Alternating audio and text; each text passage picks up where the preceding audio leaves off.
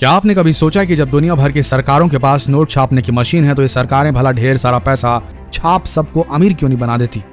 सोचिए, अगर सबके पास अनलिमिटेड पैसा हो जाए तो क्या होगा? अरे भाई, सब अमीर होंगे और क्या होगा, सबके सब अंबानी बन जाएंगे। फिर ना कोई अमीर रहेगा ना कोई गरीब, गरीबी मिट जाएगी और किसी को काम करने की कोई भी जरूरत नहीं होगी। बस सुबह उठो, पैसे उड़ाओ और उड़ाते रहो। फिर तो कोई भी भूखे पेट भी नहीं सो पाएगा, ना कोई किसान मरेगा, ना किसी को सरकार से शिकायत होगी। तब तो कोई भीख भी मांगते हुए नजर नहीं आएगा, हर तरफ खुशियां ही खुशियां होंगी। लेकिन एक मिनट जरा ठहरिए, ये अपने सपनों पर ब्रेक लगाइए जरा। अनलिमिटेड पैसा छप गया तो हर तरफ हाहाकार मच जाएगा।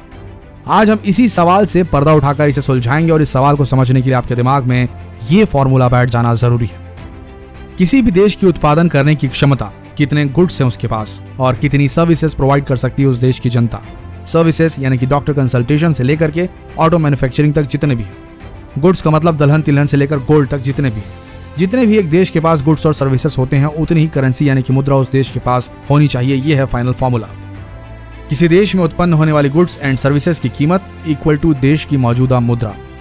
इसे थोड़ा सिंप्लीफाई करके देखें तो ये मान के चलिए कि देश अगर एक बड़ा बाजार है और वहां एक सीमित अमाउंट में गुड्स हैं यानी कि प्रोडक्ट्स हैं, तो ये मान कर चलिए उन प्रोडक्ट्स की खरीदी और बिक्री के लिए जिन टोकन्स का प्रयोग किया जाता है वो ही करेंसी है। अगर हम करेंसी की संख्या बढ़ा दें तो भी उस देश में प्रोडक्ट्स या गुड्स की संख्या में तो वृद्धि हो ही नहीं सकती। होगा ये कि पैसा ज्यादा होगा पर गुड्स नहीं। कंफ्यूजिंग लगा? चलिए आपको थोड़ा सा इजी करके समझाते हैं। अब हम इस बात को उदाहरण के जरिए समझते हैं। मान लो कि किसी देश में 5 लोग रहते हैं और सबके पास 100 रुपए हैं और उस देश में 50 किलो चावल पैदा होता है। तो उस 50 किलो चावल का टोटल कीमत कितनी होगी? 100 गुणित 5 इक्वल टू 500। अब मान लीजिए उस देश के पास नोट छापने की मशीन है और खूब सारे नोट उन्होंने छापे और बांट दिए सब में। तो अब सबके पास अगर हजार रुपए हैं तो अब उन 50 किलो चावल का टोटल मूल्य क्या हुआ? 1000 इंटू 5 इक्वल टू 5000।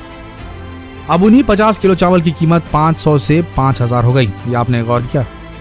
मतलब तो आप अब समझ ही गए होंगे। नहीं तो चलिए थोड़ा और विस्तार से आपको समझा देते हैं। सरकार जितना ज्यादा नोट छापेगी उतनी ज्यादा महंगाई बढ़ेगी और इसी को हम मुद्रास्फीति भी कहते हैं, यानी कि डीवैल्यूएशन ऑफ करेंसी हो जाएगी। चलिए इसे हम आपको दूसरे तरीके से भी समझाते हैं। मान लीजिए कि सरकार ने बहुत सारे पैसे छाप दिए और सब मालामाल हो गए, सबके पास लाखों करोड़ आ गए। तो जब हम मार्केट में साबुन खरीदने के लिए जाएंगे तो उसकी कीमत 50 रुपए होगी। दुकानदार भला आपको कम पैसे में क्यों देगा? आपके पास तो बहुत पैसा है।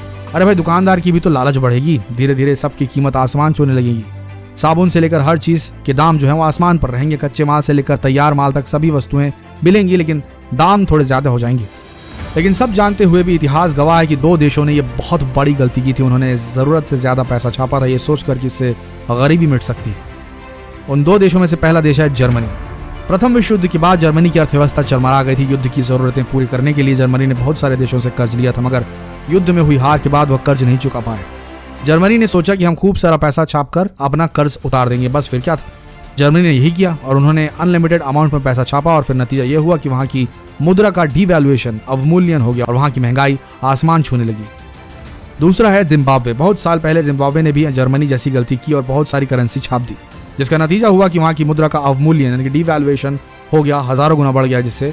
और अब लोगों को ब्रेड और अंडे जैसी बेसिक चीजें खरीदने के लिए भी बैग भरकर पैसे देने पड़ते हैं, क्योंकि करेंसी ज्यादा छापने से वहां की करेंसी का डीवैल्यूएशन हो गया है, अवमूल्यन हो गया है। इतना हो गया है कि एक US डॉलर की कीमत 25 मिलियन जिम्बाब्वे डॉलर के बराबर हो गई है। इतिहास में इस घटना को जिम्बाब्वे की अति मुद्रास्फीति के नाम से जाना जाता है।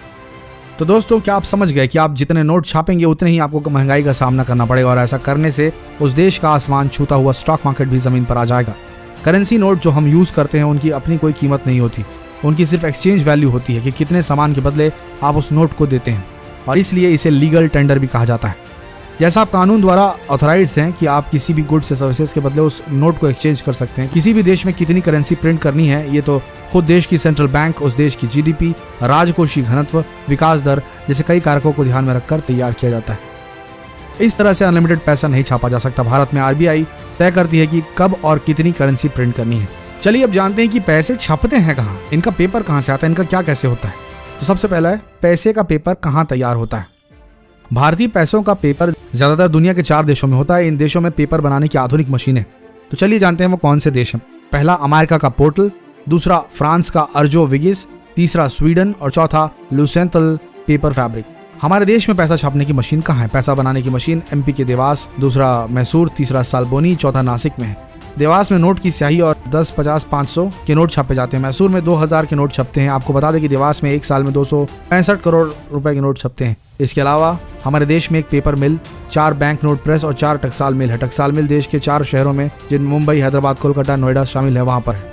नोट छपाई के पेपर होशंगाबाद और विदेशों से इंपोर्ट किए जाते हैं। इंडियन नोट में 3 जगह का पेपर यूज होता है। पॉइंट नंबर 1, महाराष्ट्र की करेंसी नोट प्रेस CNP से आता है। और दूसरा जो आता है सोर्स, वो है ज्यादातर पेपर MP के होशंगाबाद मिल से आता है। तीसरा, कुछ पेपर विदेशों से इंपोर्ट किया जाता है। नोट बनाने में खास कॉटन से बने पेपर और खास स्याही का इस्तेमाल होता है। ये स्याही देवास के बैंक नोट प्रेस और सिक्किम में स्विस फॉर्म यूनिट में बनती है। पैसे कैसे छापे जाते हैं? विदेश और होशंगाबाद से आए पेपर को सीमेंटन मशीन में डाला जाता है। इसके बाद इसे दूसरी मशीन इन टैबू मशीन में डाल दिया जाता है। मशीन से निकले नोटों की शीट पर अच्छे और खराब नोटों को अलग अलग कर दिया जाता है। इसके बाद सही नोट पर नंबर डाला जाता है। नंबर डालने के बाद एक एक नोट को चेक किया जाता है।